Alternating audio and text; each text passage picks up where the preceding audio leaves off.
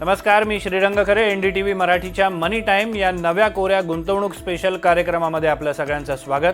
मराठी भाषेतून आर्थिक बातम्या देऊन गुंतवणूकदारांना सजग करण्याचा आमचा प्रयत्न आहे. कारण गुंतवणुकीला योग्य दिशा मिळाली तर त्यातून मिळणारा परतावा चांगला मिळणं शक्य असतं.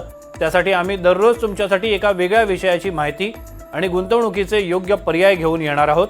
त्यासोबतच बाजाराचा रोजचा लेखाजोखा देखील असेल. सुरुवात करूया आजच्या टॉप 10 बिझनेस न्यूजनं.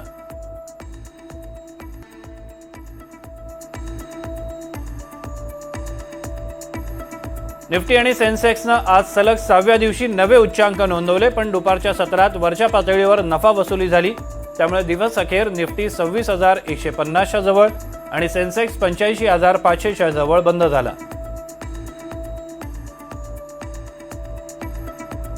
आज गुंतवणूकदारांचा फोकस शुगर कंपन्यांवर होता. साखरेच्या किमान विक्री किमती वाढवण्याचा प्रस्ताव केंद्र सरकारच्या विचाराधीन आहे. केंद्रीय अन्न आणि औषध प्रशासन मंत्री प्रल्हाद जोशी यांनी ही माहिती दिली आहे. त्यामुळे बाजारात लिस्टेड शुगर कंपन्यांना फायदा होण्याची शक्यता आहे. म्हणूनच शुगर कंपन्यांच्या शेअर्समध्ये जोरदार खरेदी बघायला मिळाली. टाटा पॉवर आणि टोरेंट पॉवर या दोन्ही वीज वितरण कंपन्यांना मॉर्गन स्टॅनली या आंतरराष्ट्रीय ब्रोकरेज फर्मनं दुहेरी अपग्रेडेशन दिलेलं आहे. या दोन्ही कंपन्यांच्या बाबतीत सल्ला देताना मॉर्गन स्टॅनलीनं आवर्जून खरेदी करावी असे म्हटलेलं आहे. सोमवारपासून लागू होणारी T+0 सेटलमेंट प्रणाली तूर्तास लांबणीवर टाकण्यात आलेली आहे. राष्ट्रीय शेअर बाजारानं बाजाराच्या सदस्यांसाठी एक पत्रक काढलं आहे. याद्वारे T+0 सेटलमेंट प्रणालीची अंमलबजावणी अनिश्चित काळासाठी पुढे ढकलण्यात येत असल्याचं कळवलेलं आहे. 6माही निर्देशांक बदलात राष्ट्रीय शेअर बाजाराच्या निफ्टीमध्ये बदल होणार आहेत. आज बाजार बंद झाल्यावर निफ्टीमधून Divi's lab, LTI, Mindtree, NTPC, Mahindra and Mahindra हे निफ्टीमधून बाहेर जाण्याची शक्यता आहे.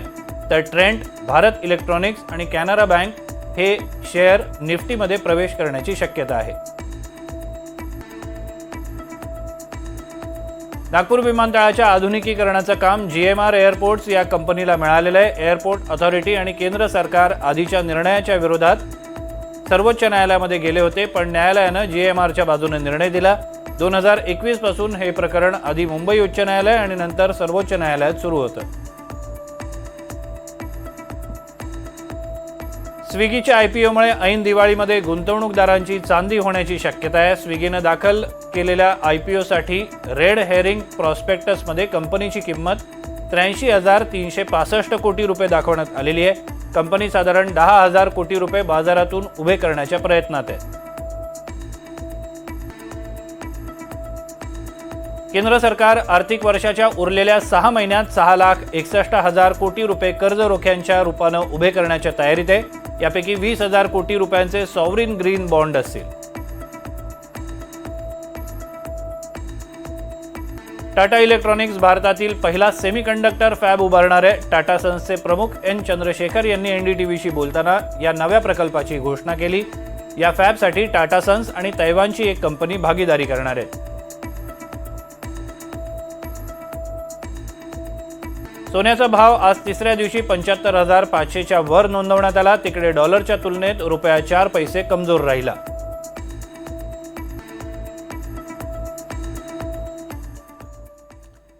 आज शुक्रवारी आठवड्याच्या शेवटच्या दिवशी आपण आज मध्यम वर्गाच्या अत्यंत जिव्हाळ्याच्या विषयावर बोलणार आहोत.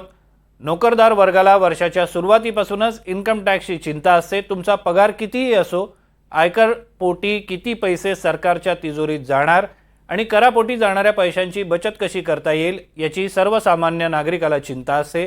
आज आपण याच इन्कम टॅक्सचं गणित सोपं करून सांगणार आहोत. आजचे तज्ज्ञ आहेत संजीव गोखले. संजीव गोखले हे पेशानं चार्टर्ड अकाउंटंट असून ते गेली 30 वर्ष टॅक्स प्रॅक्टिस करतात. प्रसिद्ध कर सल्लागार म्हणून त्यांची ख्याती आहे.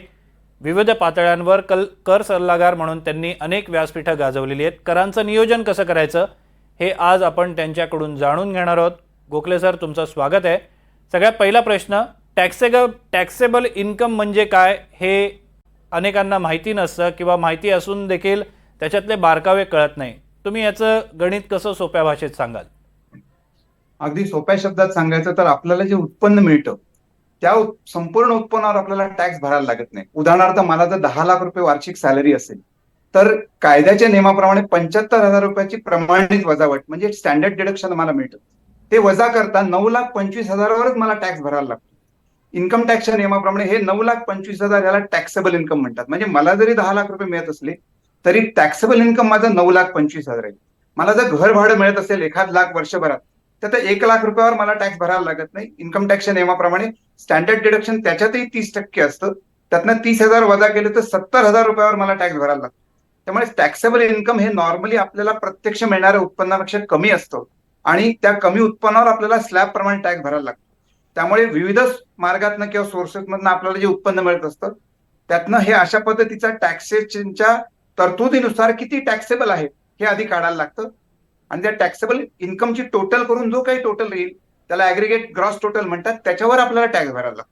अर्थात त्याच्या अजून एक बाब आहे, जर जुन्या कर प्रणालीत आपण गेलो तर त्या कर प्रणालीमध्ये आपल्याला विविध वजावटी पण मिळतात. त्या वजावटींचा लाभ घेऊन आपलं टॅक्सेबल इन्कम आपण कमी करू शकतो, आपला करही कमी करू शकतो.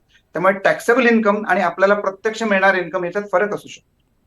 आपण सर न्यू टॅक्स रिजीम आणि ओल्ड टॅक्स रिजीम या विषयाकडे जाणार आहोत. तुमच्याकडनं त्याबद्दल सविस्तर जाणून घ्यायचं आहे. मात्र तुम्हाला एक प्रश्न या निमित्तानं विचारावा असं वाटतो की 5 लाखापर्यंतचं उत्पन्न करमुक्त आहे, मात्र कर सल्लागार सांगतात की 7.5 लाखांच्या वर तुमचं उत्पन्न असेल तर ते देखील करमुक्त आहे. हे नेमकं काय गौड बंगाल आहे? नाही, गौड बंगाल नाहीये. 5 लाखाची जी मर्यादा आहे, 5 लाखाच्या आत जर करपात्र उत्पन्न असेल तर त्याच्यावर टॅक्स लागत नाही, हे जुन्या कर प्रणालीतला नियम आहे. मात्र आपल्या सगळ्यांना माहिती आहे 2021 मध्ये नवीन कर प्रणालीचा पर्याय देण्यात आला. या पर्यायामध्ये हे जे उत्पन्न मर्यादा आहे ज्याच्या आत उत्पन्न असेल तर कर लागणार नाही, ती 7 लाख ठेवण्यात आली. त्यामुळे 5 लाख 2019 पासून जुन्या कर प्रणालीत होता, आजही आहे. मात्र ह्या नवीन कर प्रणालीतली जी करमुक्त मर्यादा आहे, अर्थात ती करमुक्त मर्यादा नाही, त्या लिमिटच्या आत जर आपलं उत्पन्न असेल तर मला कर द्यायला लागणार नाही, ती 7 लाख आहे. त्यामुळे प्रत्यक्ष जेव्हा आपण नवीन कर प्रणाली स्वीकारतो तेव्हा 7 लाखाच्या आत जर उत्पन्न असेल तर आपल्याला कर द्यायला लागत नाही. त्यामुळे तुमचा जो प्रश्न होता की 5 लाख हे गौड बंगाल नसून जुना कर प्रणाली स्वीकारणाऱ्याला ते 5 लाख आहे, मात्र नवीन कर प्रणाली स्वीकारण्याला जास्त त्याला ते उत्पन्नाची मर्यादा मिळते, ती 7 लाखापर्यंत आहे. आणि 7.5 लाखाचा उद्देश किंवा मुद्दा असा आहे की स्टँडर्ड डिडक्शन पगारी नोकराला 50,000 होतं गेल्या वर्षी, यावर्षी ते 75,000 केलंय. त्यामुळे मला जरी 7.5 लाख पगार असेल आणि माझं उत्पन्न 7.5 लाख असेल तर त्यातनं स्टँडर्ड डिडक्शन वजा करता मी जर नवीन कर प्रणाली स्वीकारली तर माझं उत्पन्न 7.5 वजा 50,000 म्हणजे 7 लाख होतं आणि मला कुठलाही टॅक्स लागणार नाही. अर्थात याच्यासाठी मला नवीन कर प्रणाली स्वीकारायला लागेल. जुन्या कर प्रणाली स्वीकारणारा मात्र मगाशी म्हटल्याप्रमाणे फक्त 5 लाखाच्या आत उत्पन्न असेल तर त्यांचा टॅक्स 0 होऊ शकतो.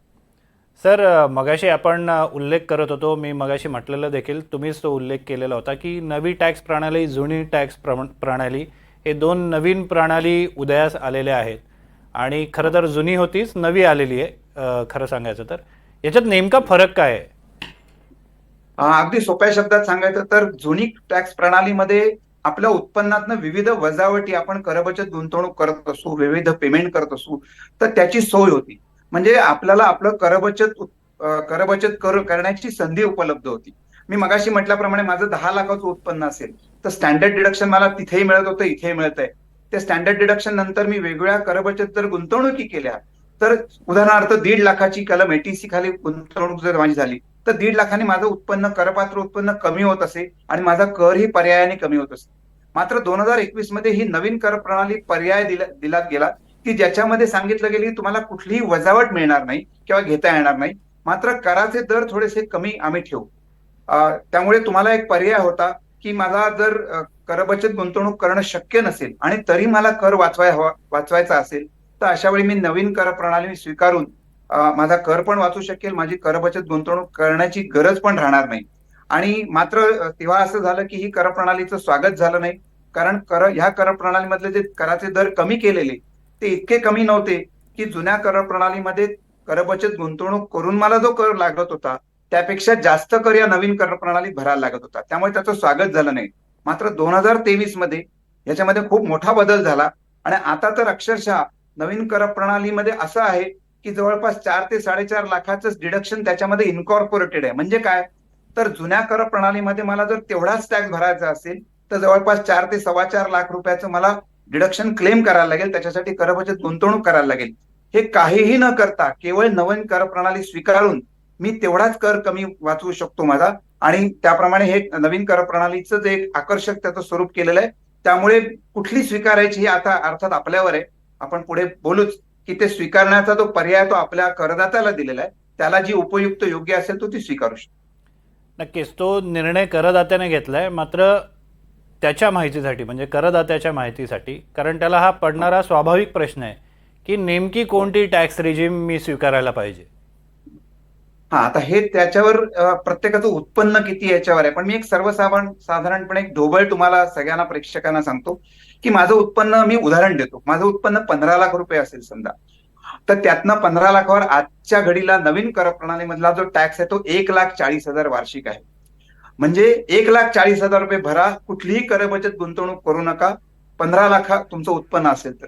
मात्र जुन्या कर प्रणालीमध्ये हाच 15 लाखावरचा टॅक्स 2,62,000 आहे. म्हणजे कुठे 1,40,000 आणि कुठे 2,62,000. अर्थात जुन्या कर प्रणालीमध्ये मला कर वाचवायची संधी आहे, मी कर बचत करू शकतो. मग अशा वेळी मला किती कर बचत करायला लागेल, तर साधारण 4,25,000 एवढी जर कर बचत मी जुन्या कर प्रणालीच्या प्रमाणे केली, तर माझा जुन्या कर प्रणालीचा टॅक्स आणि नवीन कर प्रणालीचा टॅक्स आपल्या उदाहरणामधला दोन्ही 1,40,000 म्हणजे 1,40,000 वार्षिक होतो. आता असा विचार करायला हवा, की जुन्या कर प्रणालीमध्ये राहून मला कर बचत गुंतवणूक करता येणं शक्य असेल तर निश्चित मी करावी. त्याचा फायदा मला टॅक्स वाचवण्यात तर होईल. म्हणजे किती वाचेल, नवीन कर प्रणालीत कुठलाही कर बचत गुंतवणूक न करता मी जेवढा टॅक्स आज भरू शकतो तेवढाच मी जुन्या कर प्रणालीतही भरू शकतो. हा, अर्थात माझी जर कर बचत गुंतवणूक यापेक्षा जास्त जर असेल तर नक्कीच जुनी कर प्रणाली जास्त फायदेशीर ठरेल. याचा अर्थ एक ब्रेक इव्हन पॉईंट आम्ही काढलाय, जो साधारण 4-4.25 लाखाचा कर बचत गुंतवणूक किंवा डिडक्शन जर आपल्याला मिळत असतील तर जुनी कर प्रणाली स्वीकारणं जास्त योग्य. अर्थात हा ब्रेक इव्हन पॉईंट साधारण 15 लाखाचं वार्षिक उत्पन्न असणाऱ्याचं आहे. परंतु साधारण 3 ते 4 लाख रुपये कर बचत गुंतवणूक होणं, याचा अर्थ विविध कर बचत गुंतवणुकीचे मार्ग आहेत. एटीसी मधले 1,50,000, नॅशनल पेन्शन स्कीम मधले 50,000, मेडिकल इन्शुरन्स मधले 25,000, हाऊसिंग लोन मधले 2 लाख, या सगळ्याची एकत्रित बेरीज केली तर साधारण 4.25 लाख रुपये येते. ज्याला हे शक्य आहे त्यांनी ते करावं. त्याच्या भविष्याची सोय पण त्यातनं होईल, कर पण वाचेल. पण ज्याला हे शक्य नाही किंवा ज्याच्या बाबतीत हे होणार नाही, अशासाठी मात्र नवीन कर प्रणाली हा सर्वोत्तम मार्ग आहे. पण तिथे कुठलीही कर बचत न करता माझा टॅक्स मात्र कर बचत केल्यावर जितका लागणार आहे तेवढाच मला भरायला लागणार आहे. त्यामुळे मला वाटतं प्रेक्षकांनी आपलं स्वतःचं उत्पन्न आणि कर बचत गुंतवणूक करण्याची क्षमता हे बघून या दोनापैकी कुठला पर्याय निवडावा हे ठरवावं. गोखले सर, तुम्ही आमच्यासोबत राहाच. आपण इथे एक छोटासा ब्रेक घेतोय, मात्र ब्रेक नंतर आणखी एक महत्त्वाचा प्रश्न गोखले सरांना विचारणार आहे, जो सर्वसामान्य करदात्यांसाठी अत्यंत महत्त्वाचा आहे. तुम्ही पाहत राहा NDTV मराठी.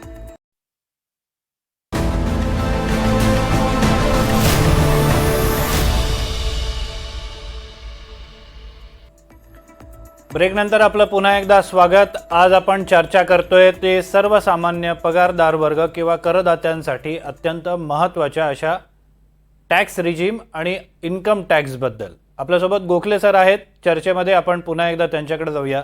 सर, एक गोष्ट जाणून घ्यायची आहे की नवीन टॅक्स रिजीम किंवा जुनी टॅक्स रिजीम याच्यामध्ये आपण निवड करतो, मात्र एखाद्याने या दोनपैकी एखादी प्रणाली निवडली तर त्याला कालांतरानं दुसऱ्या प्रणालीमध्ये स्विच करता येतं का? शक्य आहे का? अगदी नक्की. म्हणजे मी तर म्हणतो की दरवर्षी रिटर्न फायलिंग करायच्या आधी दोन्ही कर प्रणालीतला कुठला आपल्याला जास्त फायदेशीर आहे तो आपण स्वीकारू शकतो. लक्षात घ्या, बऱ्याच जणांचा गैरसमज आहे की माझा एम्प्लॉयरनी माझा टॅक्स कापताना नवीन कर प्रणालीप्रमाणे कापलाय, मग आता रिटर्न भरताना मात्र मला जुनी कर प्रणाली जास्त फायदेशीर ठरते तर मी करू शकेन का? हो, नक्की करू शकेन. त्या वर्षातही तुम्ही करू शकता.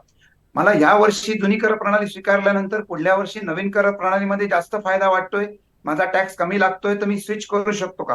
हो, नक्की करू शकतो. पगारदार, पेन्शनर सगळे करू शकतात. फक्त ज्याचा बिझनेस आहे किंवा व्यावसायिक उत्पन्न आहे अशांना मात्र कर प्रणाली दरवर्षी बदलता येत नाही. म्हणजे त्यांच्याकरता एकदा कर प्रणाली एक स्वीकारली की एकदाच फक्त ती बदलता येते. ती बदलल्यानंतर पुन्हा त्यांना जुनी कर प्रणाली स्वीकारता येणार नाही. परंतु सर्वसामान्य आपण ज्यांचा विचार करतोय असे पगारदार नोकर मंडळी की ज्यांचा व्यवसायिक किंवा बिझनेस इन्कम नसतं, त्यांना दरवर्षी कर प्रणाली त्यांना जी सुटेबल आहे, त्यांना जी फावेल, त्यांना जी आवडेल ती ते स्वीकारू शकतात आणि तो स्वीकार तो रिटर्न भरायच्या वेळी ठरवू शकतात. त्यामुळे हा फार मोठा दिलासा करदात्यांना आहे की चुकून जर जुन्या कर प्रणालीमध्ये मला जर गुंतवणूक करता आली नाही पण नवीन कर प्रणालीमध्ये टॅक्स कमी लागत असेल तर मी नवीन कर प्रणाली स्वीकारू शकतो. माझा टॅक्स कसा कापला गेलाय याच्यावर तो नियम लागू नाही. मी माझे हा निर्णय मी स्वतः घेऊ शकतो आणि रिटर्न भरताना घेऊ शकतो. सर, मात्र एक प्रश्न या निमित्तानं उत्पन्न होतो की जे सल्लागार किंवा कंत्राटी पद्धतीने काम करणारी माणसं असतात किंवा प्रोफेशनल्स असतात, त्यांच्यासाठी देखील अशाच जे तुम्ही व्यावसायिकांबद्दल म्हटलं तसंच या लोकांच्या बाबतीत पण लागू होईल का? हो, एखाद्याच्या उत्पन्न व्यवसायाचं किंवा प्रोफेशन किंवा बिझनेसचं उत्पन्न जर त्याच्या असेल, आता बरेच वेळा हल्ली काय होतं की पगारी नोकर नसतात, त्यांना कॉन्ट्रॅक्टवर ठेवलं जातं आणि त्याच्यावर त्यांचा टॅक्स कापला जातो. अशा कॉन्ट्रॅक्टवर ठेवलेल्या माणसालाही दरवर्षी आपली कर प्रणाली बदलता येणार नाही, एकदाच बदलता येईल. त्यामुळे आपलं जर कॉन्ट्रॅक्ट ऑफ एम्प्लॉयमेंट असेल, दर महिन्याला पगार मिळत असेल तर काहीच प्रश्न नाही, दरवर्षी हा बदल करू शकतो. मात्र ज्यांना कॉन्ट्रॅक्ट आहे आणि त्यांचं व्यावसायिक उत्पन्न आहे त्यांना मात्र हा बदल दरवर्षी करता येणार नाही, हे त्यांनी लक्षात घ्या. सर, आणखी एक प्रश्न या निमित्तानं विचारावा असं वाटतो की होम लोन घेणारा जो वर्ग आहे, जो खूप मोठा आहे, जो करदाता पण आहे, तर होम लोन घेणाऱ्या माणसासाठी कुठली टॅक्स रिजीम ही तुमच्या मते सर्वोत्तम ठरू शकते? निश्चित हा खूप चांगला प्रश्न आहे. कारण इतके वर्ष आपल्याला सवय झाली की होम लोनचा बेनिफिट, टॅक्स बेनिफिट मिळत होता, परंतु नवीन कर प्रणालीत हा बेनिफिट नाही. पण मगाशीच मी म्हटल्याप्रमाणे 4.25 लाख रुपयापर्यंतच्या डिडक्शन्स ऑलरेडी नवीन कर प्रणालीच्या एकंदर टॅक्स स्लॅब मध्ये इन्कॉर्पोरेटेड आहेत. याचा अर्थ होम लोनचा मला बेनिफिट जुन्या कर प्रणालीतच जो मिळतोय तो जरी नाही मिळाला तरी इनडायरेक्टली नवीन कर प्रणाली स्वीकारून मी तो बेनिफिट घेऊ शकतो.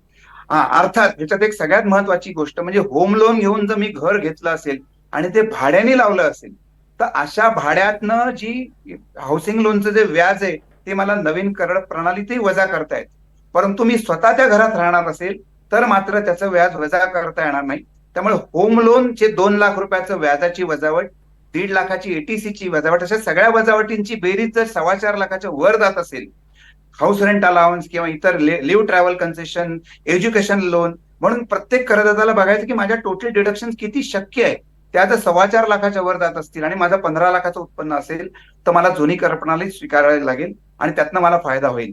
तुमच्या प्रश्नाचं उत्तर असं आहे की होम लोन घेणाऱ्याला होम लोनच्या व्याजाचा थेट बेनिफिट मिळणार नाही जर त्यांनी नवीन कर प्रणाली स्वीकारली तर. मात्र त्याला नक्कीच त्याचं कॅल्क्युलेशन करायला लागेल आणि बघायला लागेल. अर्थात मी त्याचा एका वेगळ्या दृष्टीने त्याच्याकडे असं बघतो की होम लोन हे आपल्याला घर घेण्याकरता आपण घेतो, ज्या घराच्या किमती आवाजवी आहेत त्या, तेव्हा टॅक्सचा फारसा विचार न करता मला जर खरोखर त्या होम लोनची गरज असेल आणि घराची गरज असेल तर आता त्या दृष्टीने विचार करा. इन्कम टॅक्सचा फारसा विचार या निर्णयासाठी करू नका.